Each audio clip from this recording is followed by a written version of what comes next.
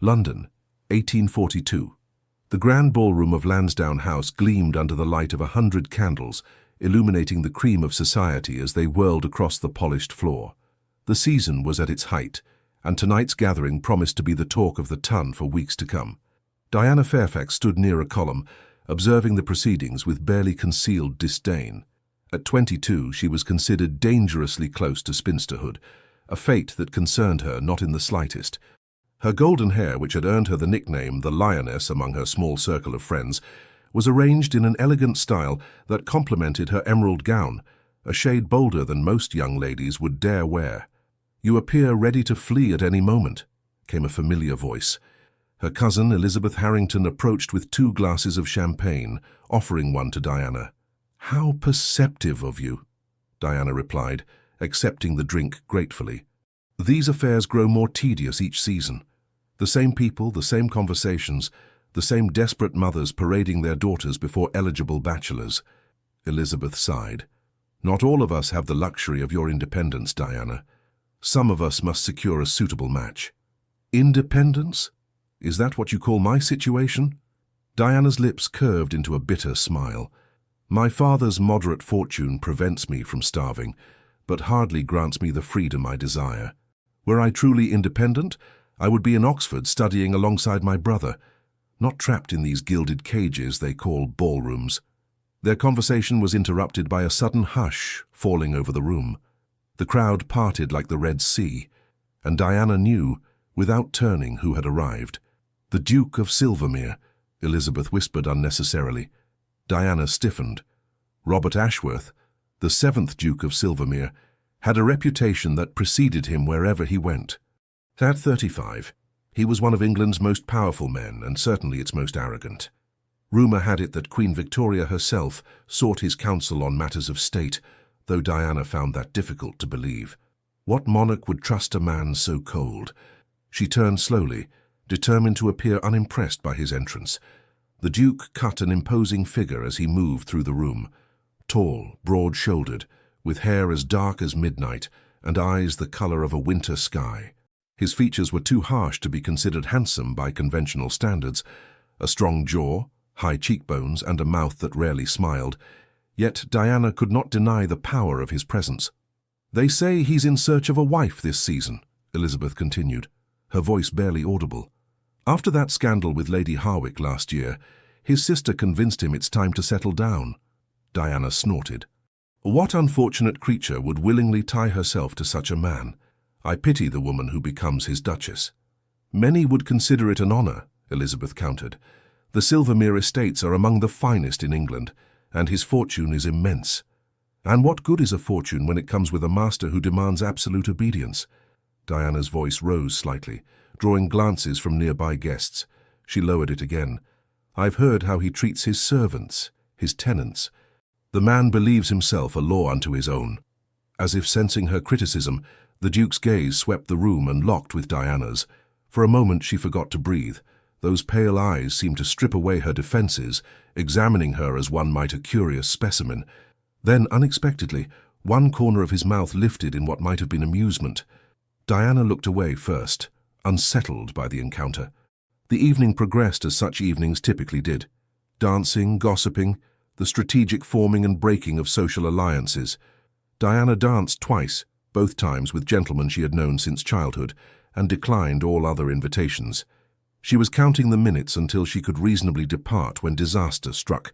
She had retreated to a relatively quiet corner to escape an overzealous mother intent on introducing her son, when she overheard a conversation that made her blood boil. "The girl has no choice in the matter," came a deep, authoritative voice she instantly recognized as the Duke's. "Her father agreed to the match, and the papers are signed.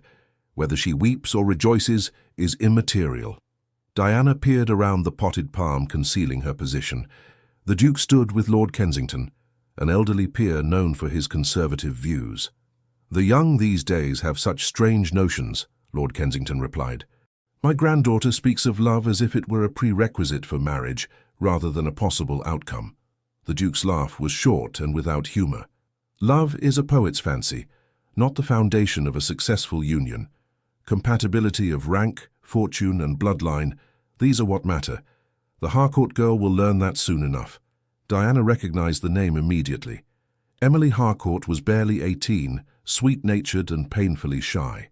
They had met at several social functions, and Diana had taken a liking to the gentle girl. "And if she continues to resist," Lord Kensington asked. "Then she will be reminded of her duty," the Duke replied coldly. "Women must be guided firmly, like spirited horses. They may resist the bit initially, but eventually they yield to a strong hand." Something snapped inside Diana. Before she could consider the consequences, she stepped from behind the palm, facing both men directly. "What a fascinating perspective, Your Grace," she said, her voice ringing with barely suppressed fury. "I wasn't aware that women and horses were interchangeable in your estimation." The Duke turned slowly, his expression betraying momentary surprise before settling into cool assessment. Lord Kensington sputtered in shock at her interruption. "Miss?" the Duke inquired, one dark eyebrow raised. "Fairfax. Diana Fairfax." She executed a curtsy that was just shallow enough to be interpreted as an insult. "And I find your views on marriage not merely antiquated, but reprehensible." The ballroom around them grew quieter, as nearby guests sensed the brewing confrontation. Lord Kensington murmured an excuse and retreated hastily, leaving Diana alone with the Duke.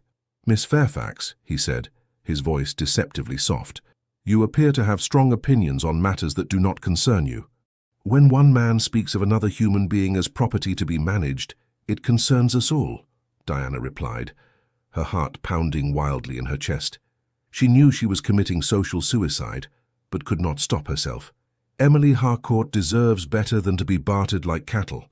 The Duke stepped closer, and Diana caught the scent of sandalwood and something uniquely masculine that made her pulse quicken despite her anger. "You presume much about arrangements you know nothing of," he said. "I suggest you mind your tongue in matters beyond your understanding." Diana raised her chin defiantly. "I understand perfectly well. Men like you believe your title grants you ownership over others' lives. It does not." By now, a small circle had formed around them, guests pretending to converse while straining to hear every word. Diana was vaguely aware of Elizabeth trying to catch her eye from across the room, her expression horrified. "You will cease this display immediately," the Duke commanded, his voice barely above a whisper but carrying the force of an order. It was the command that did it, the absolute certainty in his tone that she would obey, as if her compliance were as inevitable as the sunrise. "I will not," Diana replied, meeting his gaze steadily. "Unlike Emily Harcourt, I am not yours to command, Your Grace, and I pity any woman who finds herself subject to your authority." The ballroom fell completely silent.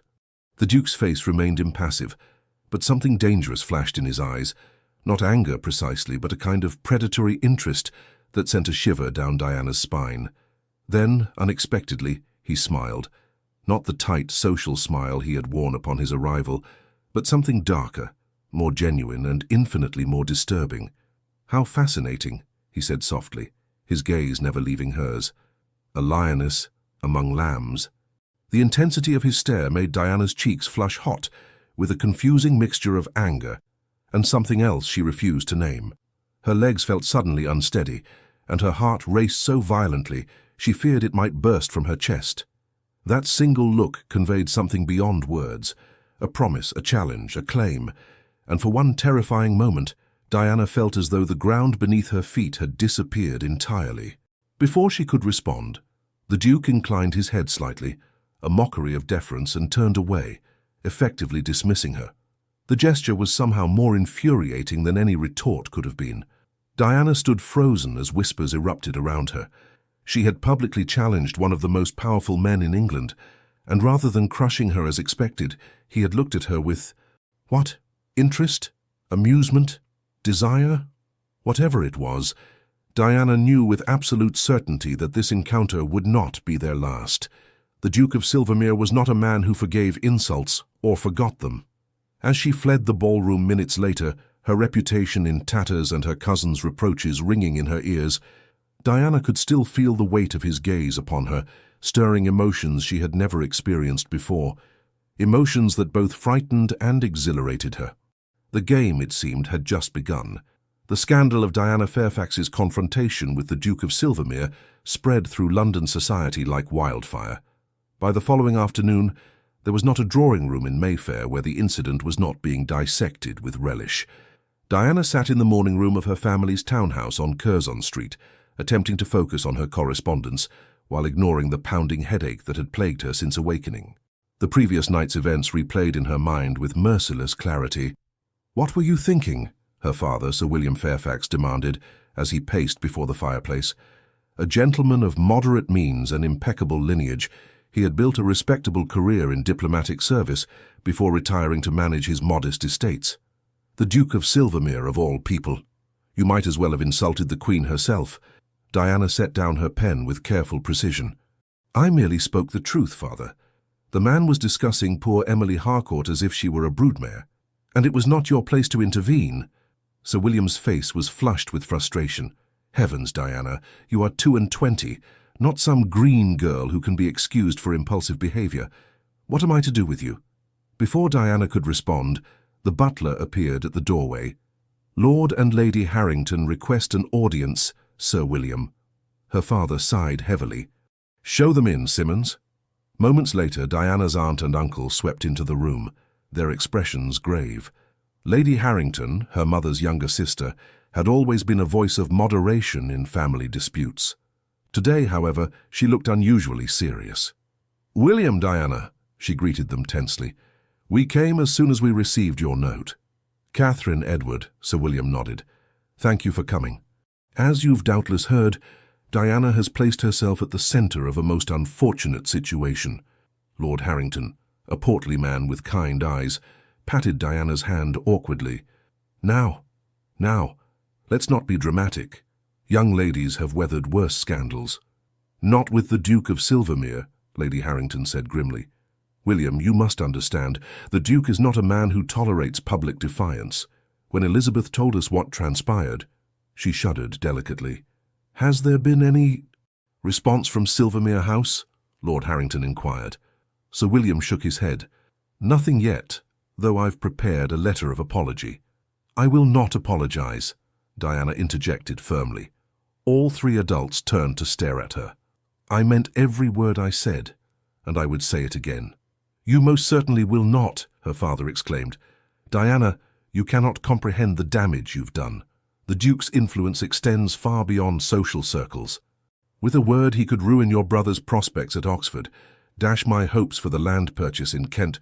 So we are to tolerate tyranny for the sake of advantage," Diana challenged. "That seems a poor bargain." Lady Harrington sank onto a nearby chair. "Child, you speak of principles when you should be thinking of practicalities. The season is barely half over, and now no respectable gentleman will come near you for fear of offending the Duke." Diana was about to retort that she had little interest in the attentions of respectable gentlemen when Simmons appeared again, looking distinctly uncomfortable. "Sir William," the butler announced, his voice unusually strained. "His Grace, the Duke of Silvermere, requests an immediate audience." The room fell silent. Diana felt the blood drain from her face. "The Duke is here? Now?" Sir William whispered, aghast. "Yes, sir, in the entrance hall." Sir William straightened his waistcoat with trembling fingers. "Show him to the drawing-room. We shall attend him directly." As Simmons departed, he turned to Diana with a desperate expression. "You will apologize, daughter, immediately and sincerely. Our family's future may depend upon it." Diana rose shakily. Despite her brave words moments before, the reality of facing the Duke again sent a wave of anxiety through her. Still, she would not cower. "I will be civil," she conceded. "But I will not grovel."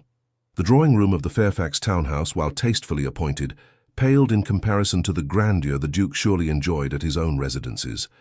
Diana was acutely aware of this as they entered, to find Robert Ashworth standing by the window, his tall figure silhouetted against the afternoon light. He turned as they entered, and Diana was struck again by the sheer force of his presence.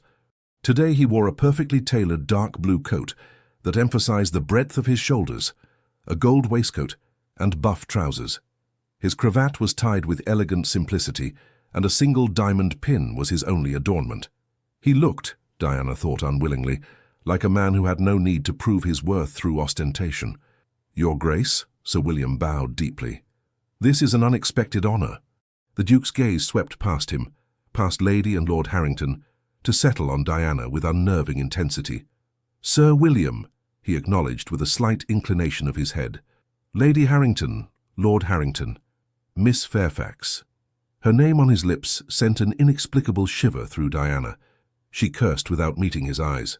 "I trust you will forgive the intrusion," the Duke continued, "but after last night's encounter, I felt a private conversation was warranted."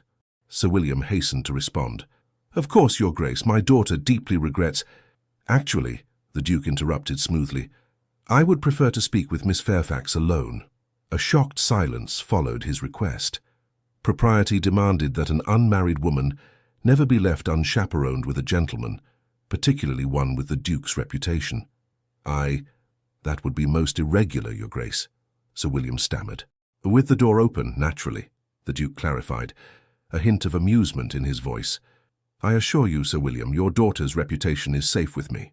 What remains of it, that is." The subtle barb made Diana's head snap up, meeting his gaze directly for the first time. The challenge in those pale eyes was unmistakable.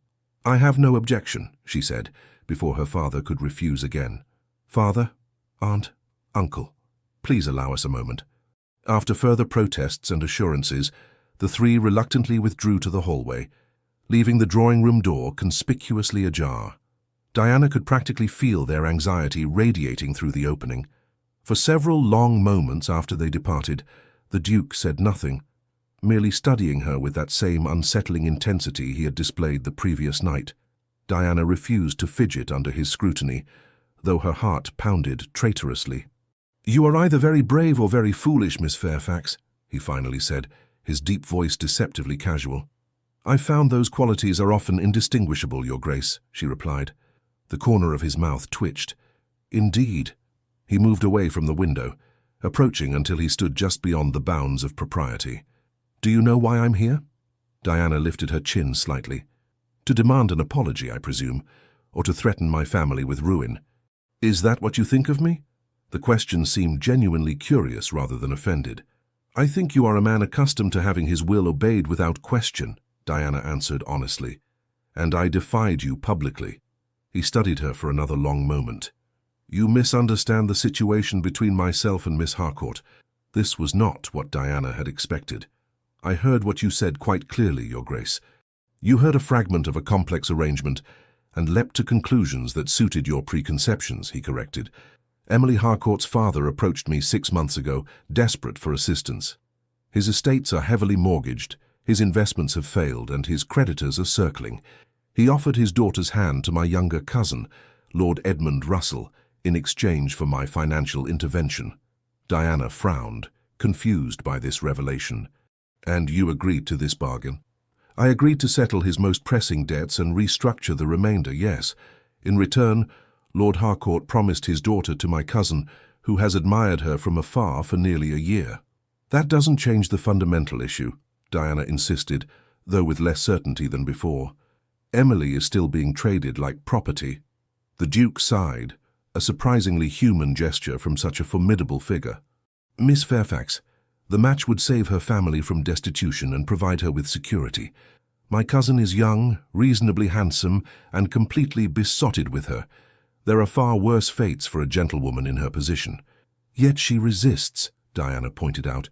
"She is young and has romantic notions fostered by too many novels," he replied dismissively. "She will come to see the wisdom of the match in time." Diana shook her head. "And if she doesn't? Will you force her hand?" The Duke's expression hardened. "I do not force women, Miss Fairfax, remember that." There was something in his tone that made Diana believe him, though she was loath to admit it.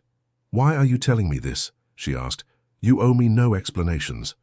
He moved closer, close enough that Diana could see the varying shades of blue in his eyes, from pale ice at the edges to deeper cobalt near the pupils. "Because you interest me," he said simply. "Most of society cowers before my title. You challenged me without hesitation, defending a girl you barely know based on principle alone. It was refreshing." Diana wasn't sure how to respond to this unexpected admission. The Duke's proximity was distracting, making it difficult to maintain her composure. "So you aren't here to demand an apology," she managed. Would you offer one if I did? His voice had dropped lower, sending another inexplicable shiver through her. No, Diana admitted. To her astonishment, he smiled, a genuine smile that transformed his severe features and made him appear years younger. I thought not, which brings me to the true purpose of my visit. He withdrew an envelope from his inner coat pocket and held it out to her. An invitation. Diana accepted it cautiously, breaking the seal to find an elegantly penned invitation to a small dinner party at Silvermere House in 2 days' time. "You're inviting me to dine at your home?" she asked incredulously. "After I insulted you before half the ton." "Precisely because of that," he confirmed. "My sister, Lady Caroline Russell, is hosting. It will be an intimate gathering, no more than 12 guests. The Harcourts will attend, including Miss Emily. Perhaps you might form your own assessment of her situation." Diana stared at the invitation, thoroughly confused by this turn of events. "I don't understand you, Your Grace." "Few do," he replied, and there was something like weariness beneath his confident exterior. "Will you come?" She knew she should refuse. The Duke of Silvermere was dangerous, not in the way of rake-hells who seduced innocent maids, but in a deeper, more fundamental way. He represented everything she opposed: privilege without accountability, power without restraint, tradition without progress. Yet she was undeniably drawn to him, and not merely by his commanding presence. There was complexity beneath his aristocratic arrogance, glimpses of a mind that might perhaps be reasoned with. "Yes," she heard herself say, "I will come." Something flashed in his eyes, satisfaction perhaps, or triumph. "Excellent. My carriage will collect you at 7. Before she could protest this high-handed arrangement, he bowed precisely and moved toward the door. He paused on the threshold, turning back to her with that same enigmatic half-smile. "Until then, Miss Fairfax, I look forward to continuing our discussion." As he departed, exchanging brief pleasantries with her anxious family in the hallway, Diana sank onto a nearby settee, the invitation clutched in her hand. What had she done? More importantly, what game was the Duke playing? She recalled the intensity of his gaze, the way it made her feel simultaneously exposed and exhilarated. No man had ever looked at her with such focused attention, as though she were a puzzle he was determined to solve. Diana Fairfax, who prided herself on her independence and clear thinking, was forced to admit an uncomfortable truth. For the first time in her life, she was out of her depth, and the most disturbing part? A treacherous part of her was eager to wade into deeper waters still. Diana had changed her gown 3 times before settling on a creation of deep burgundy silk that her father had purchased during his diplomatic posting in Vienna. The color was perhaps bolder than was strictly proper for an unmarried lady, but Diana had long since abandoned concerns about appearing conventional. As the Duke's carriage delivered her to the imposing facade of Silvermere House on Berkeley Square, Diana fought to control her nerves. The mansion was everything one would expect of a ducal residence in the heart of Mayfair, grand without being ostentatious, elegant yet unmistakably conveying power and wealth. A liveried footman handed her down from the carriage and escorted her up the marble steps.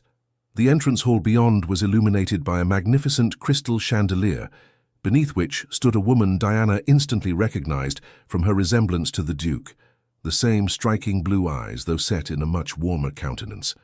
"Miss Fairfax," Lady Caroline Russell greeted her with genuine warmth. "How delightful to meet you at last. My brother has spoken of you." "Has he?" Diana could not keep the surprise from her voice. "All unflattering, I presume." Lady Caroline laughed, a musical sound that echoed in the vast hall. "Quite the contrary. Robert rarely notices anyone enough to mention them, yet he spoke of you at some length." She lowered her voice conspiratorially. "I believe you've made quite an impression." Before Diana could respond to this startling revelation, they were joined by a young man who shared Lady Caroline's colouring, but possessed a much more open, amiable expression. "Edmund, allow me to present Miss Diana Fairfax. Miss Fairfax, my son, Lord Edmund Russell." The young man bowed with an easy grace. "Miss Fairfax, I've heard all about your confrontation with my formidable cousin. Absolutely splendid. About time someone stood up to him." "Edmund!" his mother admonished, though her eyes twinkled. "Do not encourage rebellion in our guest." "Where is the Duke?" Diana asked, glancing around the entrance hall. "Attending to some business correspondence before dinner," Lady Caroline replied. He asked that we proceed to the drawing room. The other guests have already arrived. The drawing room of Silvermere House was a study in refined elegance. Decorated in shades of blue and gold, with priceless artwork adorning the walls, it somehow managed to feel intimate despite its grandeur. Diana quickly assessed the assembled company. Lord and Lady Harcourt, their daughter Emily, several other peers and their wives, and an elderly gentleman with intelligent eyes whom Lady Caroline introduced as Dr. Frederick Henderson, the Duke's former tutor and longtime friend. Diana made her way to Emily Harcourt, who sat somewhat apart from the others, her delicate features drawn with obvious tension. "Miss Harcourt," Diana greeted her softly, "I don't know if you remember me. We met at Lady Westerfield's musical last month." The younger girl looked up with surprise. "Miss Fairfax, of course I remember. You were kind enough to rescue me when I could not recall the composer of the sonata being discussed." Diana smiled. "Beethoven's Moonlight Sonata. A beautiful piece." "Indeed." Emily glanced nervously toward her parents, who were engaged in conversation with one of the peers. I heard what happened at the Lansdowne ball, that you defended me to the Duke." Her voice dropped to a whisper. "No one has ever stood up for me before." Something in the girl's tone struck a chord in Diana. "Is it true that you object to the match with Lord Edmund?" Emily's pale cheeks flushed. "I barely know him. And yet I am expected to pledge my life to him." She hesitated, then added in a rush, "They say it is my duty to save my family, that I am selfish to resist. Perhaps they are right." Diana studied the young woman thoughtfully. "And what do you think of Lord Edmund himself? Setting aside the circumstances, is he personally objectionable to you?" "No," Emily admitted. "He seems kind. He brought me flowers once and didn't mock me when I spilled tea in my nervousness." A ghost of a smile touched her lips at the memory. "But marriage should be based on deeper feelings, should it not? On mutual respect and love." "Ideally, yes," Diana agreed, "though such matches are rare in our circles." Their conversation was interrupted by the arrival of the Duke. He entered the drawing room with the quiet authority that seemed to accompany him everywhere, immediately drawing all eyes. Diana noted how the other guests straightened imperceptibly in his presence, all except Dr. Henderson, who regarded his former pupil with obvious affection, untinged by deference. The Duke's gaze swept the room and locked with Diana's. For a moment, the same electricity she had felt at their previous encounters crackled between them. Then he crossed to where she sat with Emily, bowing to both ladies. "Miss Fairfax, I'm pleased you could join us. Miss Harcourt, you look enchanting this evening." Emily murmured a shy thanks, her eyes downcast. Diana, however, met his gaze directly. "Your home is magnificent, Your Grace, though I confess I'm still puzzled by my inclusion among your guests tonight." "All will become clear during dinner," he replied cryptically. "Speaking of which," he offered his arm to Diana with a slight smile. "Would you do me the honor?" Tradition dictated that the host escort the highest-ranking lady to dinner, not a baronet's daughter of modest means. Diana noted the surprise on the other guests' faces as she placed her hand on the Duke's arm. "You enjoy creating a spectacle, don't you?" she murmured, as he led her toward the dining room. "Only when it serves a purpose," he responded, his voice equally low. "And tonight it does." The dining room was as impressive as the rest of the house, dominated by a long mahogany table that could have seated 30, but was set for their intimate party of 12.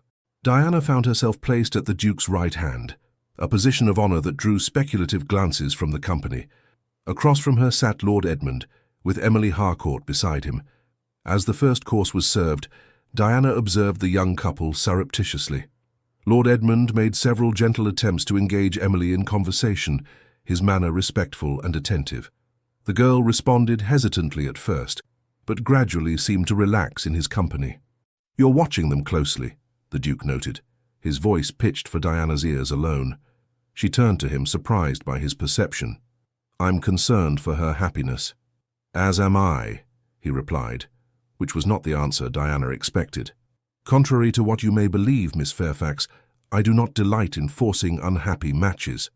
Diana raised an eyebrow skeptically. "Yet you arranged this one." "I facilitated a solution to the Harcourt's financial difficulties," he corrected. The match was Lord Harcourt's suggestion, not mine, and Edmund was quite enthusiastic about the prospect. But did anyone consider Emily's feelings? Diana pressed.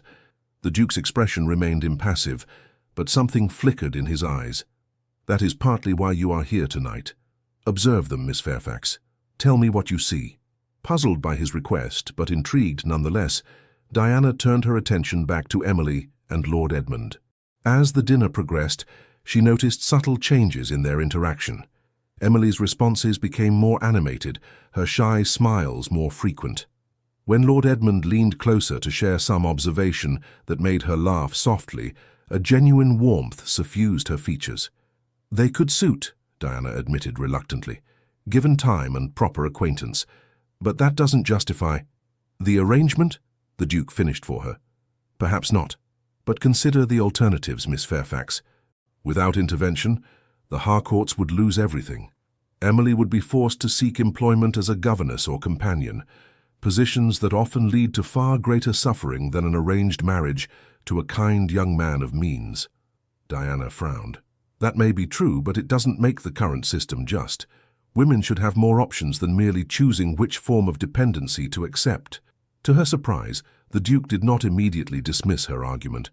You speak of ideals, Miss Fairfax. Ideal in realities. The world as it is, not as we might wish it to be.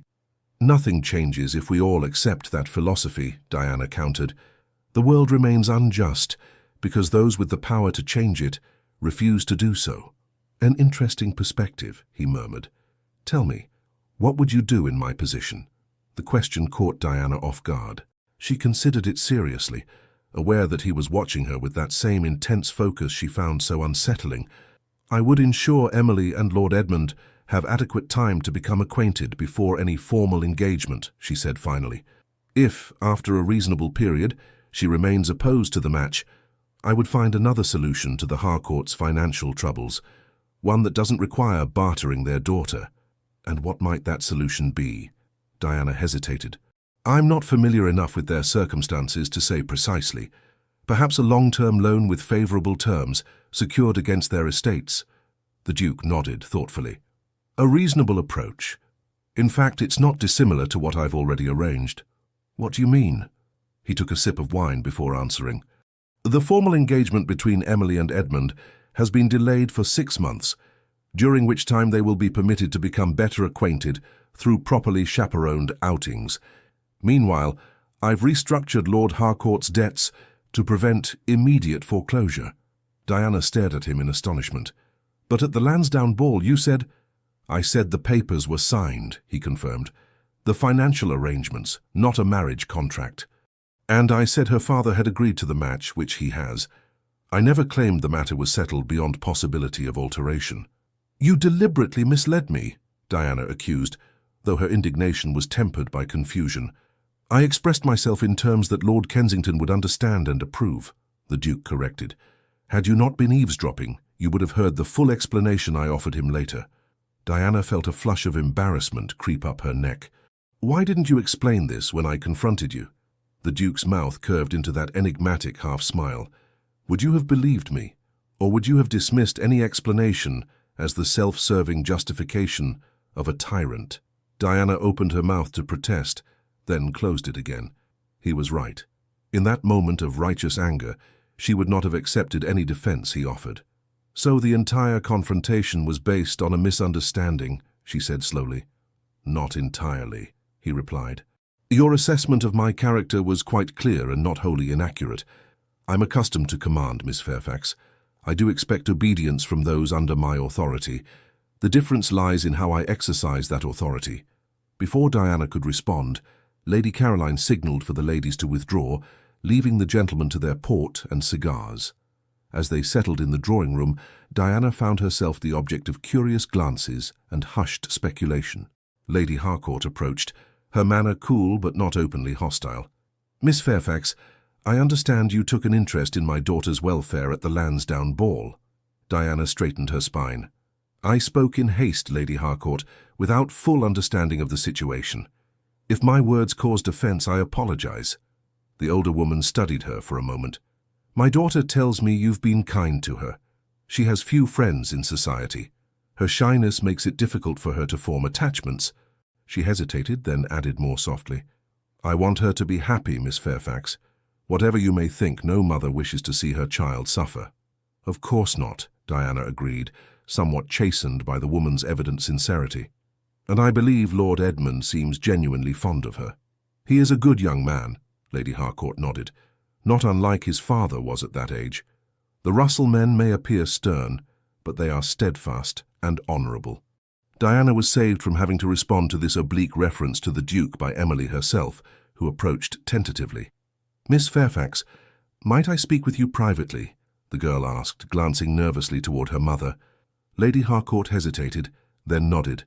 Just there by the window. I shall be watching, mind you. Once they were seated on a small settee partially concealed by heavy velvet curtains, Emily clasped Diana's hands tightly. I must tell you something, she whispered urgently. After the Lansdowne ball, when word spread of your confrontation with the Duke, Lord Edmund came to call on me. He was different, more forthright than before. In what way? Diana asked, concerned. A faint blush colored Emily's pale cheeks. He said he'd heard how you defended me, and it made him realize he had been too passive in his courtship. He told me, her voice dropped even lower, that he had admired me since we were introduced last autumn, but feared his attention was unwelcome because of my reserve. And was it? Diana prompted gently. Emily's blush deepened. I thought him handsome from the first, but father had impressed upon me the importance of the match so severely that I felt trapped, as though my feelings were irrelevant to the arrangement. She looked up with unexpected determination in her soft brown eyes. Lord Edmund promised me that if, after 6 months of acquaintance, I truly could not bear the thought of marriage to him, he would release me from the engagement himself, regardless of his uncle's wishes. Diana's eyebrows rose in surprise. He would defy the Duke for your sake. He said some principles transcend even family loyalty, Emily replied, and that a marriage should be founded on mutual respect and affection, not obligation. A shy smile touched her lips. His words, not mine. Diana sat back, thoroughly confused by this revelation. The picture of the Duke as an unfeeling tyrant that she had constructed was becoming increasingly difficult to maintain. If he had raised his nephew to hold such views, the gentleman rejoined them shortly thereafter, and Diana found herself conversing with Dr. Henderson, the Duke's former tutor. The elderly scholar possessed a sharp mind and progressive views that surprised her. I've always believed education should be equally available to both sexes, he told her when she mentioned her brother's studies at Oxford. The female mind is every bit as capable as the male, often more so in my experience. A radical position, Doctor, Diana observed. Did you share these views with your ducal pupil? Dr. Henderson chuckled. Indeed I did, though Robert was a challenging student in those days. Brilliant but stubborn, with a tendency to question everything. His father, the previous Duke, was a harsh disciplinarian who believed knowledge should be acquired through rote memorization. I favored Socratic debate. His eyes twinkled. The old Duke nearly dismissed me when he discovered I was encouraging his heir to think for himself. Yet you remained his tutor, Diana noted. Thanks to Robert himself, the doctor confirmed. At 14, he informed his father that if I were dismissed, he would refuse to continue his studies with anyone else. It was the first time he openly defied the Duke. The old man's expression softened with remembrance. The boy had a strong sense of justice even then. It's still there, though perhaps obscured by the weight of his responsibilities. Diana glanced across the room to where the Duke stood in conversation with Lord Harcourt. You paint a different picture of him than society does, Doctor. Society sees the Duke of Silvermere, Dr. Henderson replied. I remember the boy Robert, who stayed up all night tending a lame hunting dog that the kennel master had condemned to be put down. By morning, he'd fashioned a splint for the creature's leg and convinced his father to spare it. He smiled at Diana's evident surprise. People are rarely as simple as we first judge them to be, Miss Fairfax. As the evening progressed, Diana found herself repeatedly drawn into the Duke's orbit. They exchanged observations on politics, literature, even the controversial topic of the new railway lines spreading across England. To her astonishment, she discovered that while his views were certainly conservative in many respects, he was not blindly opposed to progress. Change is inevitable, he remarked during one such conversation. The question is whether it will be guided by thoughtful consideration or driven by chaos. And who decides what constitutes thoughtful consideration? Diana challenged. Those with the wisdom and experience to weigh consequences beyond the immediate moment, he replied without hesitation. Which conveniently tends to be men of your rank and station, she countered. Instead of taking offense, he regarded her with that now familiar intensity. Not always. Wisdom is not the exclusive province of any class. I have met foolish peers and sage commoners. Yet the former govern while the latter obey, Diana pointed out. For now, he conceded, surprising her yet again. But the world is changing, Miss Fairfax, whether we wish it or not. Those who cannot adapt will be swept aside. When the time came for the guests to depart, Diana found herself lingering, reluctant to end their conversation. The Duke appeared equally disinclined to see her leave, for he suggested a tour of his art collection, an unusual request at such a late hour, but one that Lady Caroline supported with a knowing smile that made Diana blush inexplicably. You needn't accompany us, Caroline, the Duke told his sister. I'm certain Miss Fairfax will preserve my reputation. Lady Caroline laughed. It's your guest's reputation I'm concerned with, Robert. But very well, I shall bid our remaining guests good night. Do not keep Miss Fairfax too late. Her father will be concerned. Once they were alone in the long gallery that housed the Silvermere collection, Diana felt a strange tension between them, not uncomfortable, but charged with possibility. You arranged this entire evening to change my opinion of you, she said as they paused before a magnificent landscape by Turner. The Duke did not deny it. I arranged it to show you the truth, rather than the caricature you had constructed. Why? Diana turned to face him directly. Why does my opinion matter to you? He studied her for a long moment, his expression unreadable. Perhaps because you are one of the few people who dared to express an honest opinion at all. Diana wasn't satisfied with this answer. There must be more to it than that. The Duke moved closer, close enough that Diana could see the subtle variations of color in his eyes, the faint lines at their corners that suggested he was not as impassive as he appeared. From our first encounter, you have challenged me, questioned me, refused to yield to my rank or reputation, he said softly. Do you know how rare that is? I am surrounded by people who either fear me or want something from me. You alone spoke to me as a man, not a title. The intensity of his gaze made Diana's heart race. I spoke to you as an arrogant tyrant, she reminded him, though her voice lacked conviction. You spoke to me as an equal, he corrected, and in doing so, you saw me, not the Duke, but the man beneath. Diana swallowed hard, suddenly aware of how alone they were in the vast gallery, how improper their proximity, yet she couldn't bring herself to step away. And what man is that? She whispered. Something changed in his expression, a softening, a vulnerability she would never have believed him capable of. A man who has spent his life constrained by duty and expectations, who was taught from childhood that personal desires must always be sacrificed for the sake of position and responsibility. His voice dropped lower, a man who until recently had forgotten what it meant to want something for himself alone. And what do you want? Diana hardly recognized her own voice, breathless and uncertain. The Duke reached out slowly, giving her ample time to withdraw, and brushed a stray curl from her cheek. His touch was feather-light, yet it sent a shiver through her entire body. I think you know, he murmured. The moment stretched between them, taut with unspoken possibility. Diana knew she should step back, maintain the proper distance, but she remained motionless, held captive by his gaze. Your Grace, she began. Robert, he interrupted, when we are alone at least I would hear my name on your lips. The intimacy of the request made her cheeks flush. Robert, she amended, the name feeling strange and wonderful all at once. This is unprecedented. A ghost of a smile touched his lips.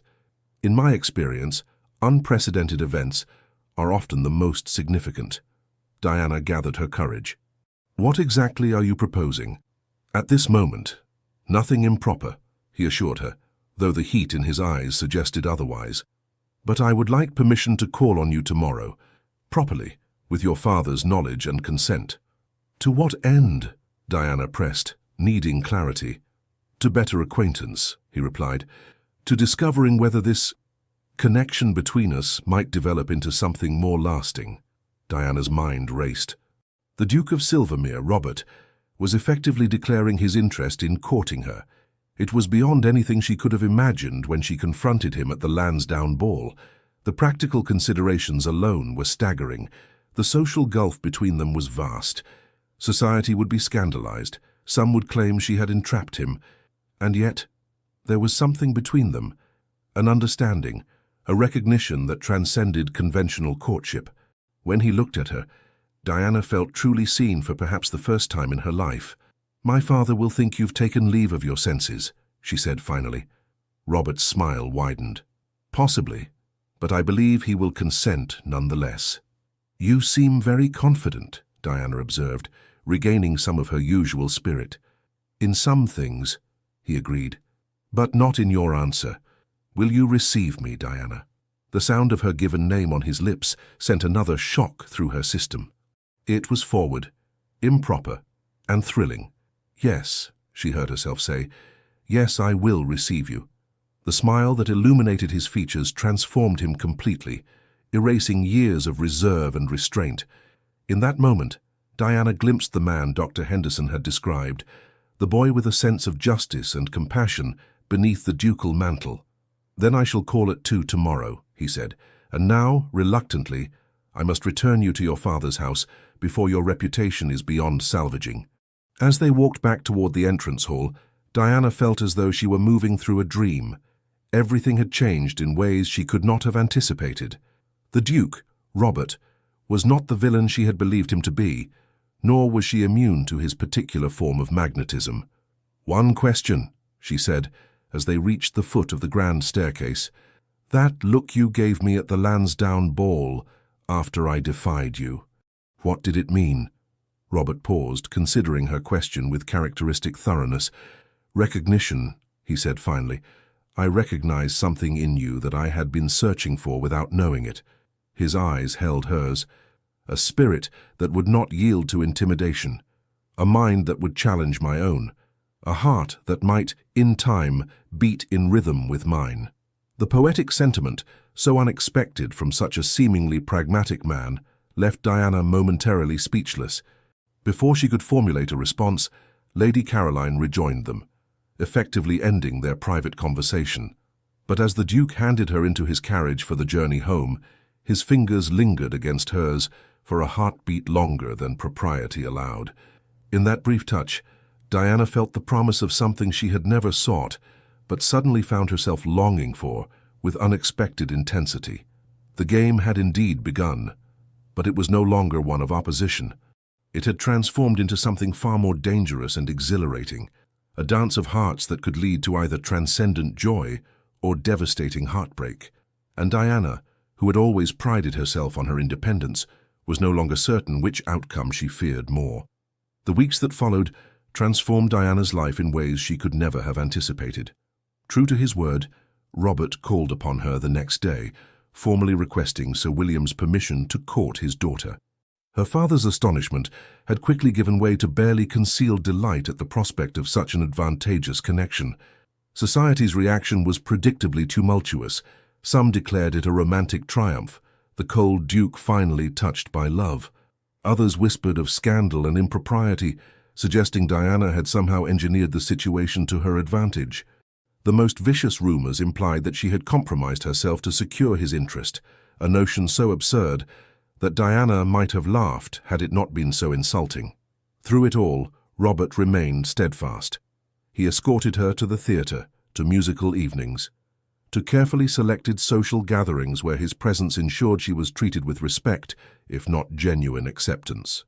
In private moments, always properly chaperoned but occasionally affording brief exchanges beyond others' hearing, they continued their spirited debates on everything from politics to literature. Diana discovered depths to him that society never glimpsed. Behind his reserved exterior lay a keen intelligence, dry wit, and deeply held principles that had been shaped by the weight of responsibility he had carried since inheriting the dukedom at 23.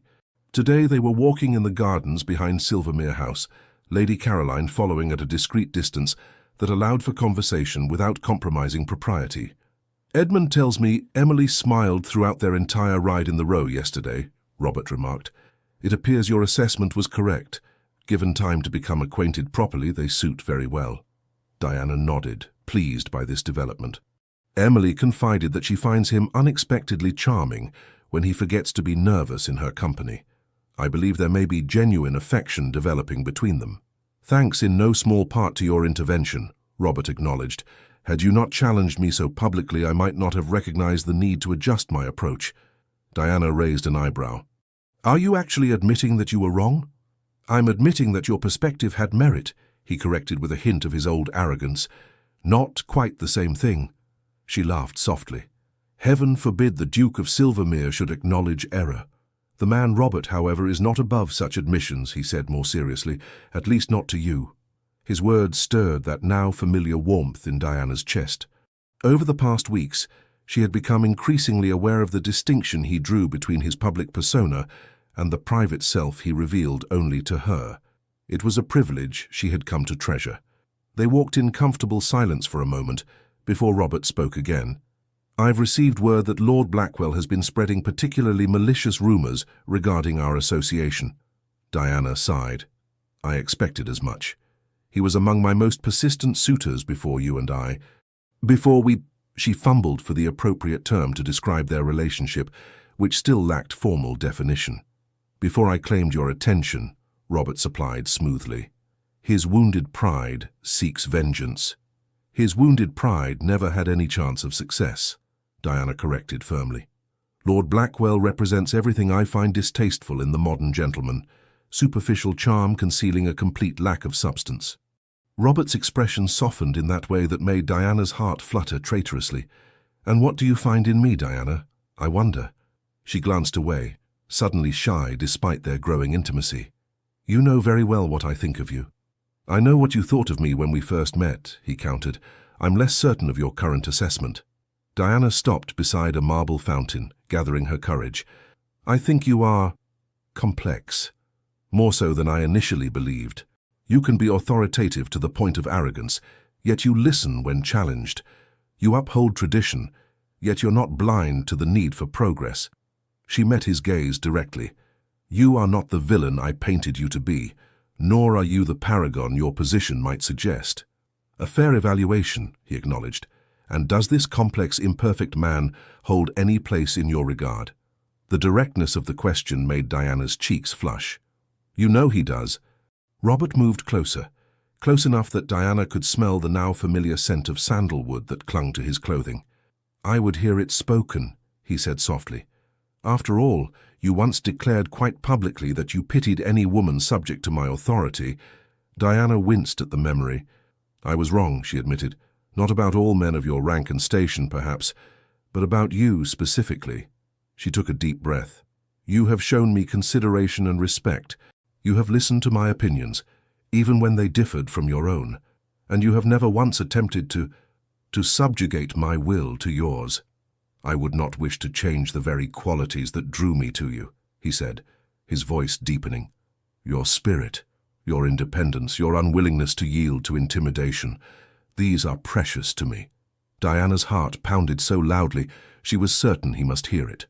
Robert, she began, then faltered, unsure how to express the tumult of emotions he evoked in her. He seemed to understand without words, for his expression softened further. I have something to show you, he said. Something I've shared with no one else. Curious, Diana followed, as he led her toward a small garden pavilion partially concealed by flowering shrubs. Lady Caroline, noting their destination, moved to a nearby bench where she could observe them without hearing their conversation. Inside the pavilion, Robert withdrew a slender volume from his coat pocket. The leather binding was worn, suggesting frequent handling. What is this? Diana asked as he placed it in her hands. My private thoughts, he replied simply, recorded over the years since I became Duke. Diana opened the journal carefully, aware of the profound trust this represented. The pages were filled with neat, decisive handwriting, reflections, observations, and occasionally poetry. She paused at a passage dated nearly 3 years earlier. The weight of this title grows heavier, not lighter, with time. Each decision affects countless lives, yet I must make these choices in isolation, maintaining the appearance of certainty, even when doubt consumes me. The Duke cannot show weakness. The man beneath craves connection, understanding, someone who sees beyond the coronet to the flawed human who bears it. Diana looked up, deeply moved by this glimpse into his private struggles. "Why show me this?" Robert's expression was more vulnerable than she had ever seen it. "Because I want you to know me, truly know me, before I ask what I intend to ask." Her pulse quickened. "And what is that?" Instead of answering directly, he guided her to another page, dated just weeks earlier, shortly after their confrontation at the Lansdowne ball. "She defied me publicly, challenged beliefs I've held unquestioned for years." Her eyes flashed with righteous indignation, utterly unconcerned with my rank or power. In that moment of defiance, I felt something long dormant awaken. Not anger, though perhaps I should have felt it, but recognition. Here at last was a spirit to match my own, not in submission but in strength. I find myself thinking of her constantly, replaying her words, recalling the flush of passion on her cheeks. Have I finally found her? The one who could walk beside me rather than behind or before?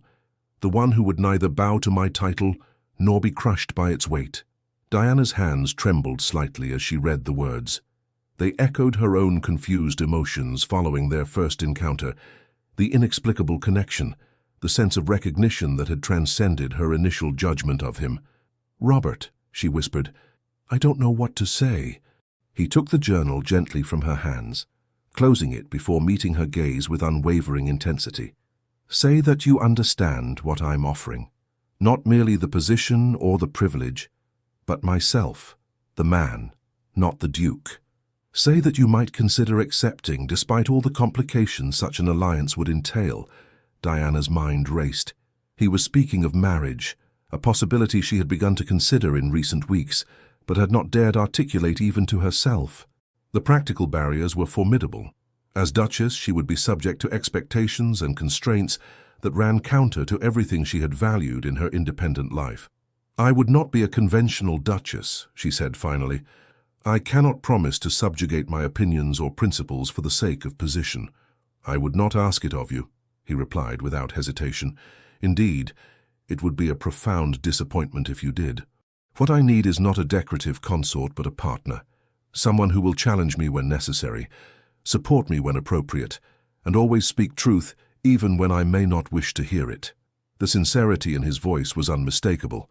This was not the calculated proposal of a man seeking an advantageous match, but the heartfelt request of one who had found something unexpected and precious. "Society would have much to say about such an unconventional arrangement," Diana noted, though her tone lacked conviction. "Society will always find something to criticize," Robert dismissed. "I have spent my life meeting its expectations. In this one matter I choose to follow my own judgment." Diana studied him, this complex man who had transformed from adversary to suitor through a remarkable journey of mutual discovery.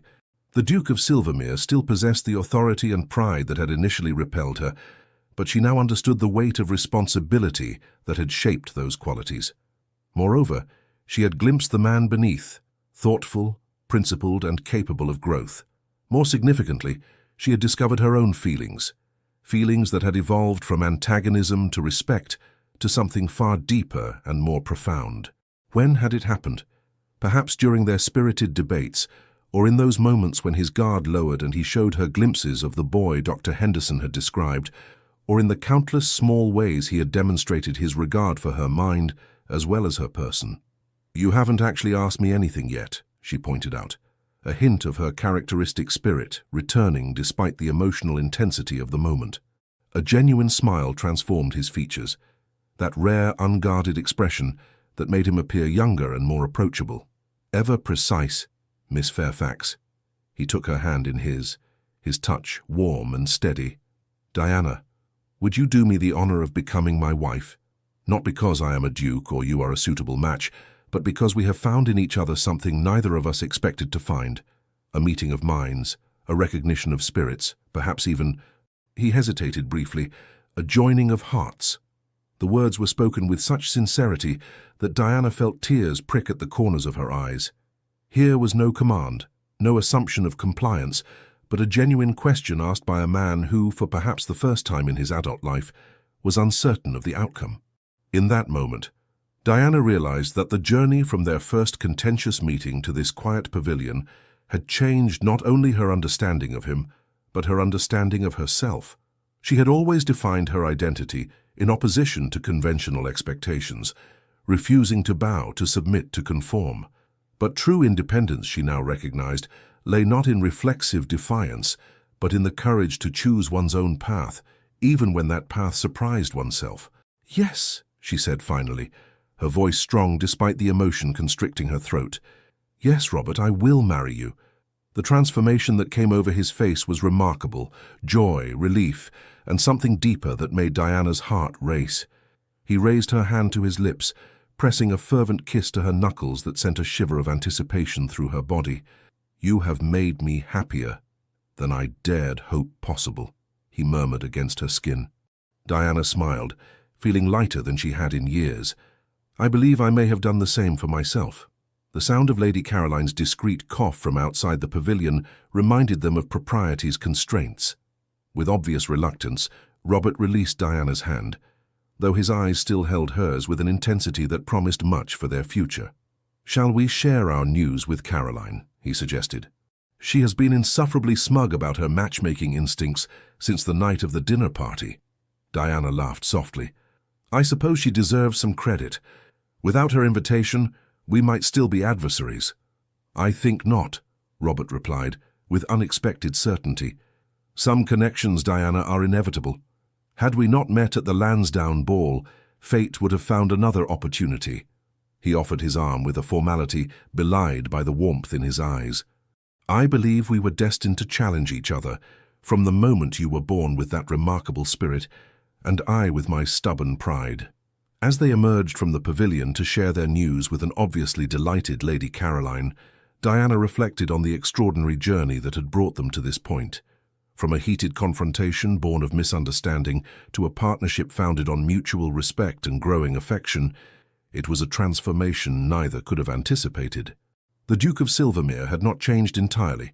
He remained authoritative, proud, and occasionally high-handed, but the man Robert had revealed depths of compassion, vulnerability, and capacity for growth that complemented Diana's own strengths and weaknesses in unexpected ways.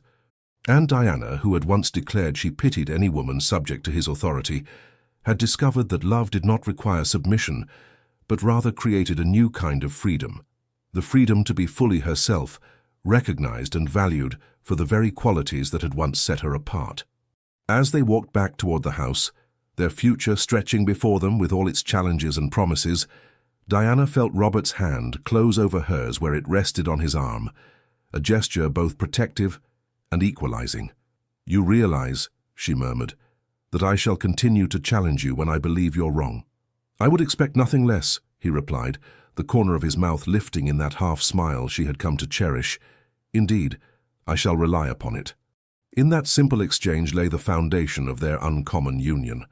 Not a marriage of convenience or duty, but a partnership of minds and hearts that would reshape both their lives in ways neither could fully imagine. The spirited woman who had rejected the Duke's commands had indeed been enslaved, not by his authority but by the recognition of a kindred spirit beneath the aristocratic facade. And the Duke, who had commanded the obedience of all he encountered, had finally surrendered his heart to the one woman who had dared to defy him, finding in that surrender a freedom and joy he had never known possible. 1 year later, the grand ballroom of Silvermere House blazed with light, the celebration of the Duke and Duchess's first anniversary drawing the cream of society, despite the scandal their match had initially provoked.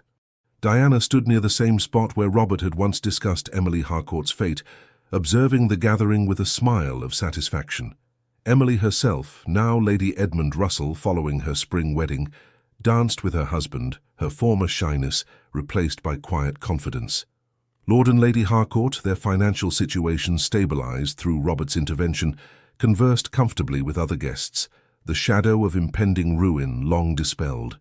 "Contemplating your handiwork," came Robert's voice as he approached, offering Diana a glass of champagne. "Our handiwork," she corrected, accepting the drink. Who would have thought that one confrontation could lead to so much happiness? Robert's gaze softened as it always did when they were together. I knew from that first moment, when you looked at me with such magnificent disdain, that you would change my life. I simply didn't realize how completely. Diana laughed softly. And I never imagined that the man I considered the embodiment of aristocratic arrogance would become my greatest ally. Ally, confidant, husband, Robert enumerated, taking her free hand in his. And still occasionally arrogant, as you remind me with gratifying regularity. Someone must keep you humble, she teased. The burden of a dukedom tends to inflate one's sense of importance. His smile deepened. A burden made infinitely lighter by sharing it with you. The year of their marriage had indeed transformed them both. Robert had maintained his authority while learning to consider perspectives beyond the narrow confines of his rank and upbringing. Diana had preserved her independence while discovering the joy of partnership with a man who valued her mind as much as her heart. Together, they had begun cautious reforms on the Silvermere estates, establishing a school that educated both boys and girls, improving conditions for tenants, and using Robert's influence in the House of Lords to advocate for measured progress rather than blind adherence to tradition. Society had eventually accepted their unconventional union, particularly as Diana proved herself a duchess of uncommon intelligence and grace, if not always strict adherence to protocol. The ton might raise eyebrows when she expressed political opinions or defended causes they considered inappropriate for a lady's attention, but Robert's unwavering support silenced the worst critics. "Shall we dance?" he suggested now, setting aside their glasses. "I believe they're playing the waltz that was performed the night you first rejected my commands." "And received that look that enslaved my heart," Diana completed, allowing him to lead her onto the floor. "Though I didn't recognize it as enslavement at the time, nor did I recognize it as love," Robert admitted, as they took their positions. "I knew only that you had awakened something I had long suppressed, a hunger for genuine connection beyond duty and position." As they moved across the floor in perfect harmony, Diana reflected on the journey that had brought them to this moment. The path had not always been smooth. They still argued, passionately at times, but always with respect and a willingness to consider each other's viewpoint. Their differences, which might have driven others apart, had become the foundation of their strength together. "What are you thinking?" Robert asked, noting her contemplative expression. Diana smiled up at him, her heart full. "That sometimes the greatest act of independence is choosing to bind oneself to another, when that bond elevates rather than diminishes both parties." Robert's arm tightened slightly around her waist. "And has our bond elevated you, my unconventional duchess? Do you ever regret exchanging your independence for a title and the restrictions it carries?" "Never," Diana replied without hesitation. "For I haven't exchanged independence for a title. I've found a new kind of freedom in partnership with you." She held his gaze steadily. "And you? Do you regret binding yourself to a woman who challenges your every decree?" "Only on Tuesdays," he replied, with that dry humor she had come to treasure. Then, more seriously, "You are the greatest blessing of my life, Diana. You've brought light and purpose where there was only duty and obligation." As the music swelled around them, Diana recognized the truth of their unlikely journey. She had rejected the Duke's commands that fateful night at the Lansdowne ball, but in doing so, had set in motion a transformation neither could have foreseen. The look that had enslaved her heart had not been one of domination, but of recognition, one soul recognizing its counterpart across a crowded room. And in that recognition, both had found not subjugation, but liberation, the freedom to be fully themselves, accepted and cherished precisely for the qualities that set them apart. As Robert guided her through the final turns of the dance, Diana knew with absolute certainty that their story was just beginning. The lioness and her duke would continue to challenge each other, support each other, and grow together for all the years to come, writing their own rules for a marriage founded not on convention, but on the rarest and most precious of connections, a true meeting of hearts and minds. The end. Dear listener, the embers of our story still glow in the darkness as Diana and Robert find their way home to each other. But what about your journey? You've navigated decades of life's winding paths, some smooth, others jagged with unexpected turns. There's a particular courage that only emerges in life's second act. It's not the brash boldness of youth, but something finer, a quiet certainty that comes from having survived disappointments and celebrated triumphs. Like weathered hands that can still create beauty, you carry this distinct strength. When the Duke finally saw Diana clearly, he discovered something society had overlooked. I wonder how many have missed the remarkable person you've become, the one who learned to laugh at setbacks, who knows that forgiveness saves the forgiver first, who understands that true elegance isn't perfection but grace amid imperfection. Tonight, as silence envelops your room, remember this. Your value has never diminished with age, it has compounded. While others chase fleeting pleasures, you've earned something far more precious, the ability to distinguish between what matters and what merely glitters.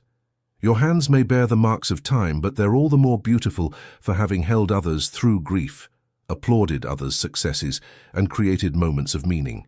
Your heart, perhaps bruised by loss or disappointment, still beats with remarkable resilience, a testament to your enduring spirit.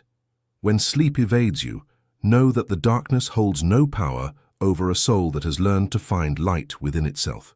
Your life story contains chapters of wisdom that the young can only hope to someday write. May you rest wrapped in the certainty that you are not merely surviving these days, you are illuminating them. Your presence in this world matters in ways both seen and unseen. The tapestry of your life continues to unfold, in patterns too intricate to be captured in youth alone. Sleep deeply, dream vividly, and wake tomorrow knowing that, like the finest wine, you've only grown richer with the passing years. With profound admiration for the masterpiece that is your continuing story,